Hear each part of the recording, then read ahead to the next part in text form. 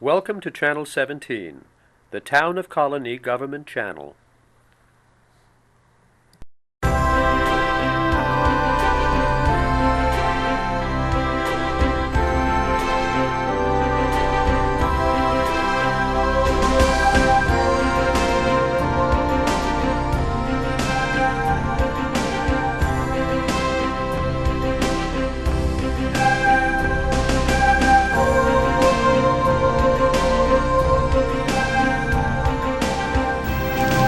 Welcome to Parenting in the 21st Century. I'm Zina Shevchik.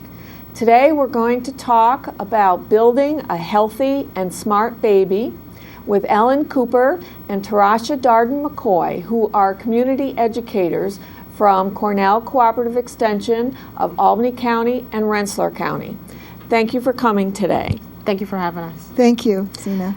We're basing this discussion on a parenting class that you both teach, am I right? Yeah. Yes. You in Albany County, you in Rensselaer County, and sometimes I understand you team teach as well. Yes, we do. So the name of the class is Building a Healthy and Smart Baby. Would you tell us about the class?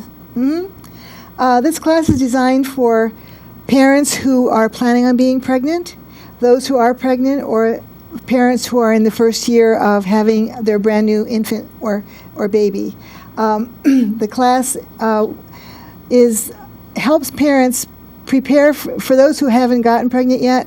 It gives parents information on what they need to have a healthy baby, and especially goes into the folic acid issue. Folic acid is so important for pregnancy. And a lot of people don't understand that, they think to themselves, I eat a healthy diet, so I don't have to worry. And that would be true for most people, but there are some people who do not break down folic acid from the folates found in food. They just cannot physically do it for some reason. There's just a genetic disability there, and these people are the same people that would often develop heart trouble later in life, and it's because they cannot break down the folic acid from the folates.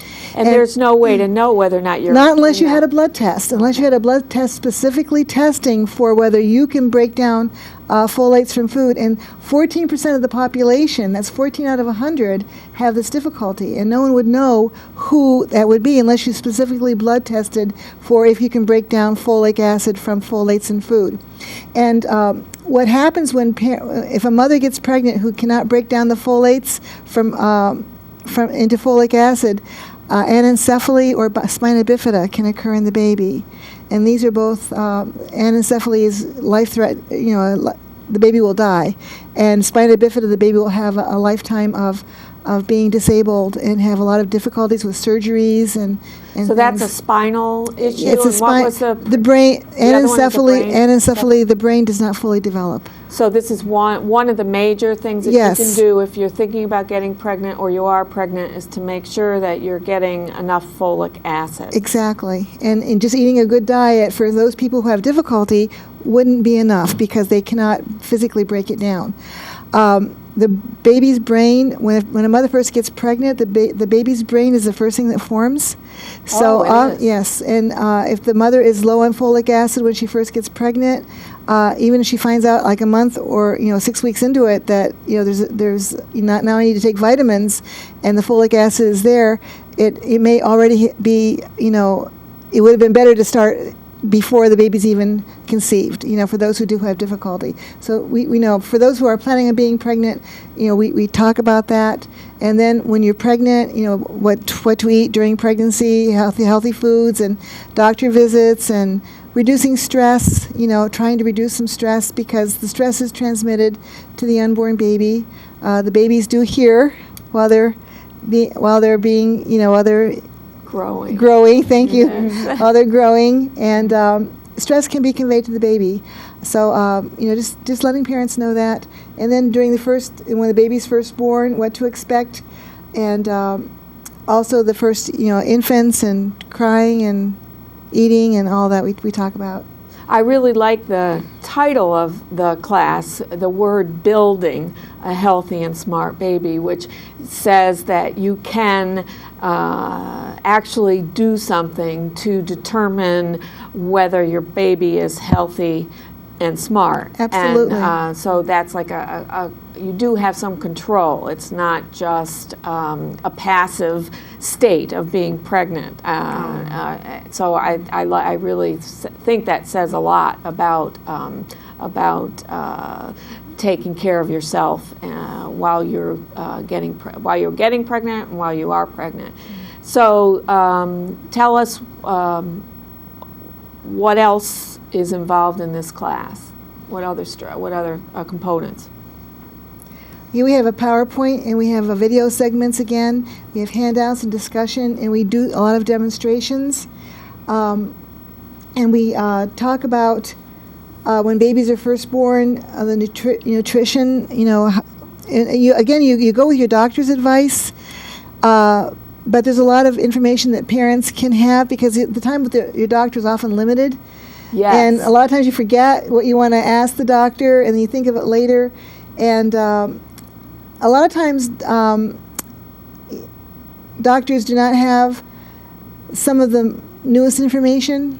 There's a lot of things that parents can do to bring the information to the doctor and ask about things that that may apply for your baby and the doctor may not have suggested himself because of a limited amount of time in the doctor's office. That's so right. So the more information you have to go in with when you see your doctor and pediatrician, the more information you can share and ask about. It can be pretty chaotic when you're taking children in to see the pediatrician. Oh, yes. So the questions you were going to ask sometimes kind of get lost in the moment. So that's true. Absolutely. Tell us when this course is offered and where, when. Well, we offer it. A lot of times people will request a class, and so if I haven't got a class planned at the time, I will set one up, often at a library, and then we'll advertise it. So, and it's open to the public, and we've offered it here at Colonie Library, we've offered it at Guilderland Library, I've offered it at Voorheesville Library, so it's offered at different libraries across the county. And Tarasha and I together do a class for professionals who are working with pregnant or newly parenting teenagers. So you're teaching the teachers. Yes. And they in turn teach the young girls. So we do a train the trainer program, and that's usually a full day, intensive 6-hour program that we team teach together with this information about the world of infants and toddlers. We usually include toddlers in that class as well. And people from outside Albany and Rensselaer County, are they eligible for these classes? Absolutely. Yeah. They can, it's open to anyone who wants to come, so whatever county you're from, just come. It's offered usually in Albany County or Rensselaer County because that's where our offices are, and that's, the county kind of contributes to our salary, so we offer them in the county, but we certainly don't turn anyone away from other counties who want to participate. Anyone can come. Good. Is there anything else you want to say about the pre-pregnancy care or during the pregnancy, what you can do for yourself?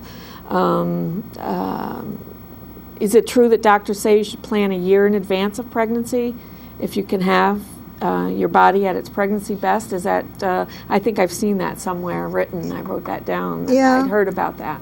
It's ideally, if we lived in an ideal world, we would all know a year ahead of time and plan, get fit. If you're fit, you're going to have an easier time with labor and delivery than if you're Meaning not. exercise. Exercise and endurance. Absolutely. And that kind of and even, if you're at a good weight before you get pregnant, and then because you're going to gain weight through the pregnancy, then it's easier and quicker to go back to your pre-pregnancy weight if you're at a fit weight before. Right.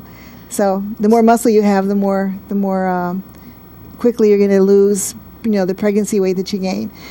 So a good thing to do probably would be to go see your gynecologist obstetrician when you think you might be getting ready to get pregnant, right? Mm-hmm. For advice on medications. Right, and at that time, that'd be a good time to start vitamin pills with folic acid to make sure you've got enough folic acid in your system when the baby's conceived, yes, in case you might be the 14 out of 100 that has a problem breaking down folates, which no one really knows who they are. unless the blood test. Rarely do we know that we're pregnant until it's already been a few weeks Absolutely. or months, actually. Yes. Okay. Absolutely. All right. Now, is there a cost to the class before we go into the other components of the class? Is there a charge for the class? We don't charge for our classes, but when we do offer the class for the agencies, we do charge the agencies. For teaching the teachers? Yes, for teaching the teachers. Often they're, for organizations that are working with funds, they have funds to contribute, and sometimes they don't, and then, we adjust the funds accordingly. But, we're all struggling in financial times here, difficulties, so. So call to find out. Exactly. In effect. So. Yeah.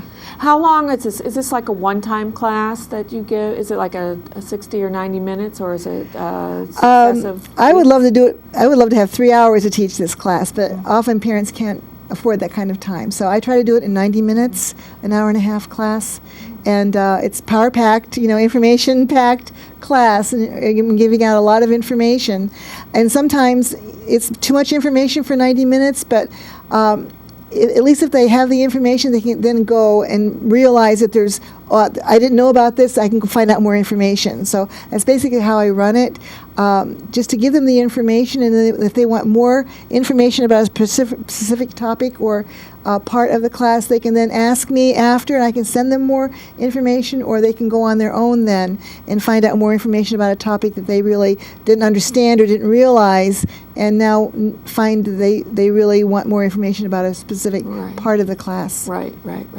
Okay, so let's go on to other components of the class and other components of building a healthy, smart baby. What are most people interested in? I mean, is there anything one thing in particular that stands out in classes that you present, or is it just everybody's interested in to hear whatever you have to say to offer the information? Well, they're interested in everything. But I think brand new parents are interested in, how do I get this baby to sleep? So they can sleep, right? So they can sleep, and you're just gonna have to understand that when you bring an infant home from the hospital, unless you have an extraordinary infant and 1 in 100,000 perhaps, that, boy, I brought my baby home the first night and he slept all night long. That doesn't usually happen. Usually every couple of hours, you're up during the night, because for one thing, the baby's stomachs are very, very small. Typically I think all people's stomachs are about the size of their fist, right, Tarasha? Yeah. And so a tiny infant, the size of their fist is very small. So that's how much food they can hold, and it'll last them for a couple of hours.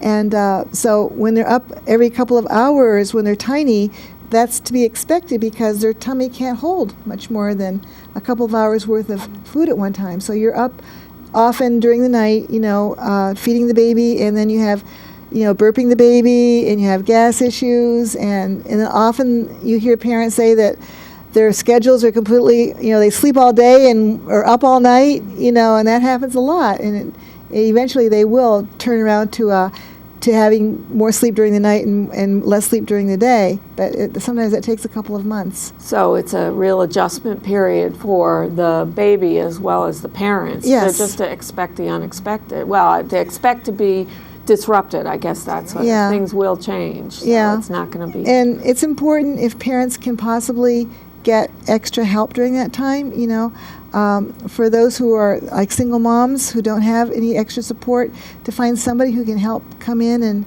perhaps relieve them for a spell so they can get adequate rest, because again, when you're up all night with the baby and then you're up all day too, you need some rest. So it's important to get some support from someone, and try to get it arranged ahead of time, it's especially the first couple of months. Right, Tarasha? Yes, and we try to talk to the parents too and instruct them, and we bring a lot of different items to show to the parents, especially about the issue of putting the baby on the back to sleep. We discuss co-sleeping.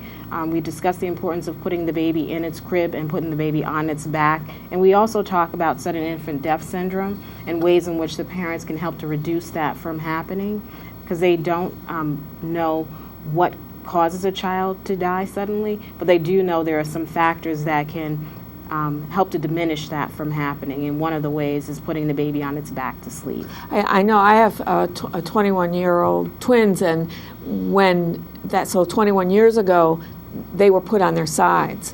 So things do change, and I guess what I would want to offer with my parenting experience is just that, is that there's always new things being discovered, and that even if you think you know everything about how to take care of an infant, that there are new research, new discoveries all the time.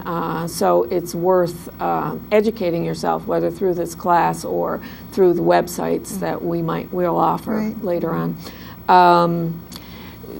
Talk about the crying. You said you used a phrase, cold crying. Was that? Did I hear you correctly? Would you talk about that a little bit, or Ellen?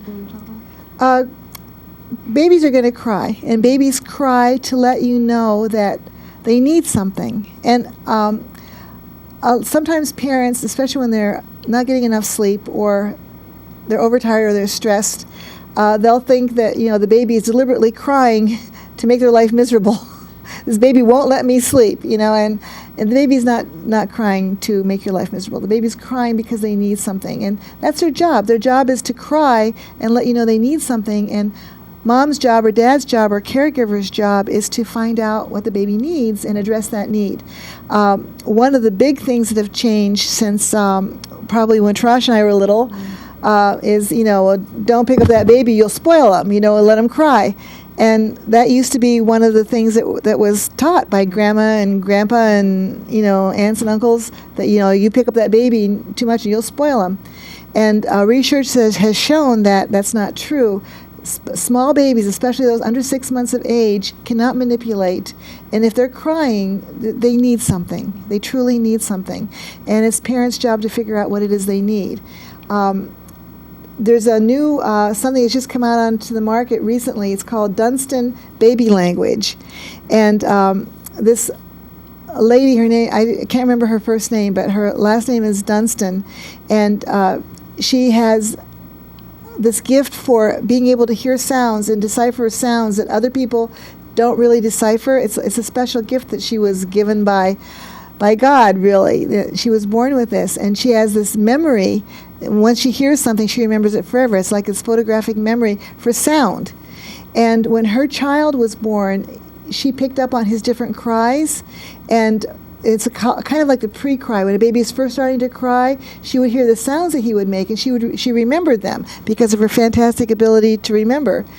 And she thought it was just a special language between her and her child that she was picking up on, because she could tell when he was hungry, she could tell when he was hurting, or she could tell when he was tired because of the different cries. And then when she went out in public, she heard other babies making these same exact sounds. And then she realized that babies all over the world are making the same exact sounds. So she's developed the Dunstan Baby Language for crying, and it's copyrighted, and she's selling this, and it's a curriculum now. And I'm hoping to be educated myself in this so I can teach this to parents. So you're presenting this as part of? I hope to. I just found out about it. I just looked up the copyright laws, and it's copyrighted, and it's a curriculum, and even the concept is copyrighted at this point. So it's something brand new that no one's ever picked up on before. And because we know babies cry, and we've all heard the crying, but no one until her, because of her memory and her ability to hear sounds. The way she described it, she was on Oprah Winfrey one day, and the way she described it was when some people will hear someone talking, she hears not just the words, but she hears, like, instead of hearing like notes of a voice, she'll hear the whole symphony. She'll hear underlying emotions, underlying textures. She can tell if something's wrong with the person, if they're feeling well or not. So she hears much more than what ordinary people would hear.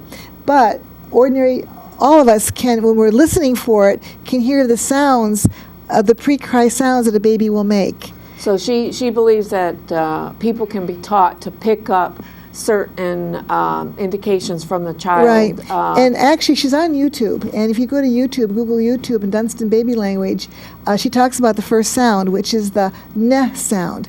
And it's the sound. It's based on a reflex. When babies are hungry, they start to suck, and they'll put their tongue up to the roof of their mouth, and they'll make a sucking sound, and that's a sign that they're hungry. And so if you pick up on that when they first start making the crying sound and feed them, they're saying, I'm hungry. And if you don't address it, then they start a little bit stronger and a little louder, and I'm really hungry. And then it's a full-blown scream, and I'm starving to death. And then you have a wailing baby, and often parents won't understand why is the baby crying? And they won't pick up on the hungry. And then there's also a sound for being overtired, for gas, for colicky. So you might be able to, before the crying begins, you might be able to pick up what they need. Yes. So this is obviously, it's something that people would have to learn to do. Yes. We'll put up on the screen the name of the Dunstan language system so that people can investigate it themselves. And get more information, right? So, but the underlying idea is that you might be able to stop some of the crying if you can figure out beforehand what the baby needs. So address the needs, anticipate the needs. Absolutely. And I like what you said about it's the child's job to communicate, and the only way they know how to. The only way they know how. It's instinctive. Yeah. It's the language of babies. Baby language, and it's the parents' or caregiver's job to try to interpret. So letting a baby cry is not an option in professional circles these days. No. So it's Absolutely not. So there's nothing good about letting a baby cry. Nothing good. So if a child is trying, you can't get a child to sleep. I know I've heard about colic, and maybe you can tell us what colic is before I go any further. Well, colicky is babies are born in a stage of development. They're not born fully cooked when they come out. They're still developing basically. Some babies, their tear ducts are plugged, and the tear ducts aren't quite open yet. Some babies are born with a little sphincter muscle in their rectum is not fully developed yet, and it can't open properly yet because it's just not fully developed.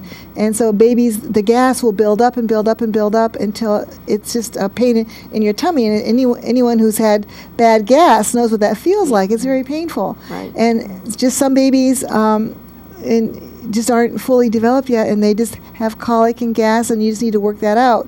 And you can sometimes, talk to your doctor, and there's ways to help the baby work that out, and trying to walking and helping the ways you carry a baby. Sometimes you can carry them on your arm and put pressure on their tummy and helps them work the gas out. And we talk about different ways to help babies relieve the gas, ways to just help them reduce it. And it's a difficult time for baby and parent. And I had 2 colicky babies myself, so I know what that's like to go through that period of intense purple, as we call it, purple crying, which is intense crying that just, you really can't relieve it. But sometimes if you can anticipate some of the reasons why this happens, you can reduce those. Perhaps it's something the mother's eating. If the mother's nursing, it could be, if she has gassy foods, the gassy foods can translate into the milk, and also the baby's now gassy, So if you can't get the baby to sleep, get someone to relieve you so you can get to sleep. That's the final thing. Rather than let them cry, make sure somebody else is taking care of the child. The other thing too is that if you notice that the baby is crying intently for a longer period of time than the baby normally does, that you may need to give a call to your pediatrician. Absolutely. And some people say, oh well, the child is just fussy. If you notice that the child looks different or the cry is different, the intensity of the cry is different, you need to call your pediatrician and you need to get that child to be seen, because there may be something else that may be going on, and that's the child's way of letting you know that, hey, something isn't right with me, I'm crying, to get your attention. Because they don't have any other way of telling us, That's do right. they? That's right. You do talk about feeding and nursing as well in this class. I talk about breastfeeding. Would you talk about breastfeeding versus the option? Well, for those who can breastfeed, we recommend breastfeeding is the best. It's baby's natural food.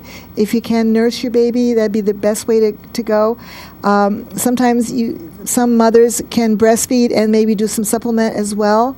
And then every baby is different. Even your 3rd or 4th baby, you don't have the same baby over and over again. This is a new baby. He has a different baby, and their needs may be different. Their, how what they need, and any kind of problems they have will be specific to them. So, you just don't have the same baby over and over again. Every baby is different, and there's recommendations for starting foods. Like doctors will recommend that when babies start solid foods around 4 months of age, because before 4 months they should just have breast milk or formula. And there again, talking about formulas, there's different formulas. Some babies can tolerate some formulas better than others, and there's new formulas on the market that are for babies who don't tolerate the regular formulas at all. They're new, and I had a granddaughter who couldn't tolerate the regular formulas at all, and she had to be on a special formula. And even though my daughter was nursing her, she needed a lot of supplement. Even it was going along with the nursing. They'll recommend starting foods like often rice cereal is what's recommended to start your first cereal. I had 2 grandchildren who couldn't tolerate rice. For whatever reason, right from the beginning, they had to go to oatmeal. So every baby is different, and you can't think that there's not one fix-all for everything, and you have to understand your baby and be attention to their habits and to their bowel habits and their drinking habits and their cries, like Tarasha said, and you have to be in tune to what your baby needs, and it might be different from what most babies might need, because every baby is different. And that part of that is even with breastfeeding, if I'm correct, again, I haven't been around that idea for quite a while, is that what you put into your body, your child may not be able to tolerate through the breast milk. Is that correct? That's like you have to watch what you have to be careful. Eat as well. Yeah, so you got to limit your caffeine. If you're a cigarette smoker, it'd be good to quit before you're even pregnant, because the cigarette nicotines do transmit to the baby. The baby does have effects from cigarette smoke. They've proven that. So just about anything you do with your body, whether it's medication, food, or something like that, some kind of another drug, could be translated to your baby, and they may not tolerate it, and it might take some adjustment, again, as with the formula, to figure out what the issue is. Yeah, again, be in touch with your doctor. The doctors and the pediatricians and your obstetricians are usually pretty up on those kind of things now. So, you contact your doctor if you need a medication of any sort, to make sure that what you need is not going to be harmful to your baby. Right. I think I read when I was preparing for the show that they don't introduce certain foods to children, regular food, until after their first year, because there's so many children don't tolerate them, whether they're citrus fruit, strawberries. Am I dreaming here? I should have written it down. I thought there were certain things that you don't introduce until you've gone through, rice and oatmeal and certain other foods. Right. That the last things you introduce are something like strawberries, because there are so many kids that have been shown to be intolerant of that. Young children. So that's true. And so that idea, I think that you introduce one food at a time. Yes. Maybe talk about that a little bit. Do you want to talk about it, Tarasha? What you do is introduce the one food at a time, so you can see if the baby is going to have a reaction. Usually for a week to 2 weeks, to make sure that the child, isn't having more frequent bowel movements, or that the bowel movements may not be very soft bowel movements. That may be another sign that there's an issue with it. Or if the baby's breaking out in a rash. And I can remember when my son was young, we had moved through the foods, and we're starting with vegetables, and he really liked sweet potatoes. So I said, he really likes sweet potatoes, and I would give it to him. Well, his hands and feet started turning orange because I was giving him too much sweet potatoes. So, just watching those cues, your baby will show you, and he started getting a little rash on his face, and just letting your pediatrician know that you're seeing these things, and should you continue with that food, or should you try something else? And they can be very beneficial to you. also when my son was little, I actually had a visiting nurse come out from the health department because he was a preemie, and that's another service that is offered to parents. And in regards to the breastfeeding, there are lactation consultants that can help and assist new moms and new families in regards to how do you go about breastfeeding, because most people think, oh, I'm just supposed to know this, and that's not the case at all. Right. I think that's the biggest part of parenting that was a surprise to me, is that I always thought that it was going to be, if not instinctual, at least things that were logical and common sense, and it's not always that. There's always more to learn, and it always changes, Yes. right? I mean, just when you've got something figured out, something else pops up that's been kind of unpredictable, and you have to relearn and investigate and ask questions. And we try to focus in a lot on safety going alongside those same issues. A lot of people think, oh, well, it's instinctual that I will know how to keep my baby safe. And there's so much more that we have in our homes today that we didn't have perhaps when we were growing up, that you need to put some safety things in place so that your child is kept safe. Things like outlet covers, and to carry them with you. And I always tell parents, keep them in your bag, because you may have outlet covers at your house, but you may go to visit a relative and they may not have them in their house. So to just be mindful of that.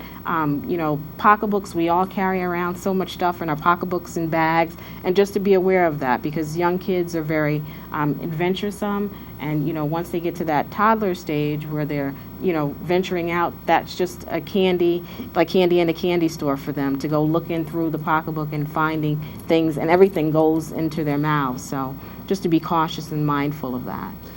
We have so much to cover, and we've almost run out of time, so what I'm going to have you do, if you would, is just to talk quickly about the other components. I know you just touched on safety, and there's so much to that. I know that I just saw in the paper they were talking about how the car safety seats might not actually be very safe. So safety is a big component of this class, and communication bonding strategies. Am I right? We talk a lot about bonding. When babies are first born, they can see about 18 inches.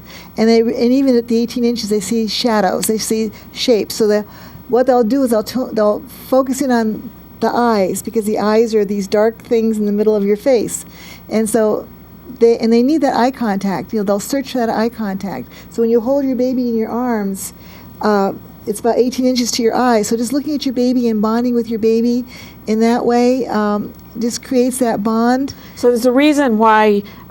It's the reason why our arms are so long. Exactly. Because that's the distance that the babies can see, and you look into their eyes and they can see yours. And I remember one young mother said to me, my baby keeps staring at me. He's not staring at you. He's bonding with you. He's searching for your eyes. So, and that's an important part. And just talking, playing, touching, reading to your baby as soon as just holding them and hearing the sound of your voice. Probably even babies when they're in utero. Absolutely, you can do that. And Tarasha, show her your baby that you brought. I wanted you to see this. We use in the program a real care baby, and what's nice about this baby is that its head actually moves, so we are able to actually demonstrate and show families, how are you supposed to properly support a baby's head. We also use it in regards to that whole issue of the bonding and the touching and massaging the baby, and talk about safety in regards to, you should never put the baby on top of a table to change a diaper. Those little things that, instinctively sometimes we think we know, but until you have that living, moving baby in your hands, it's sort of difficult to sometimes remember and think about all of those cautionary things that you should be aware of. Right. Yeah. And how I just have a brand new grandson, 3 weeks old now, and I was down there for his first 2 weeks, and just how wobbly their heads are, and how they need the support of the neck. And especially when you have other younger children at home, and then you have a brand new baby, the younger children want to pick up that baby and they want to hold the baby, and how important it is for parents to make sure that child is safe, being held by the little brothers and sisters, because you want them to hold the baby and be in touch with the baby, but how important it is to support that head. Very, very important. Well, there's so much involved, and so I'm going to encourage our audience to give a call or send an email to Cornell Cooperative Extension in their counties, or even in Albany, Rensselaer, because I guess I need to clarify that you don't have to be a resident of the particular county to participate in the class. And certainly there's a lot for people to know and be aware of in developing and building a healthy and smart baby. And I want to thank you again for coming, and I hope our audience will contact you. Thank you for your service. Oh, Thank you. Thank you for being with us today. Parenting in the 21st Century.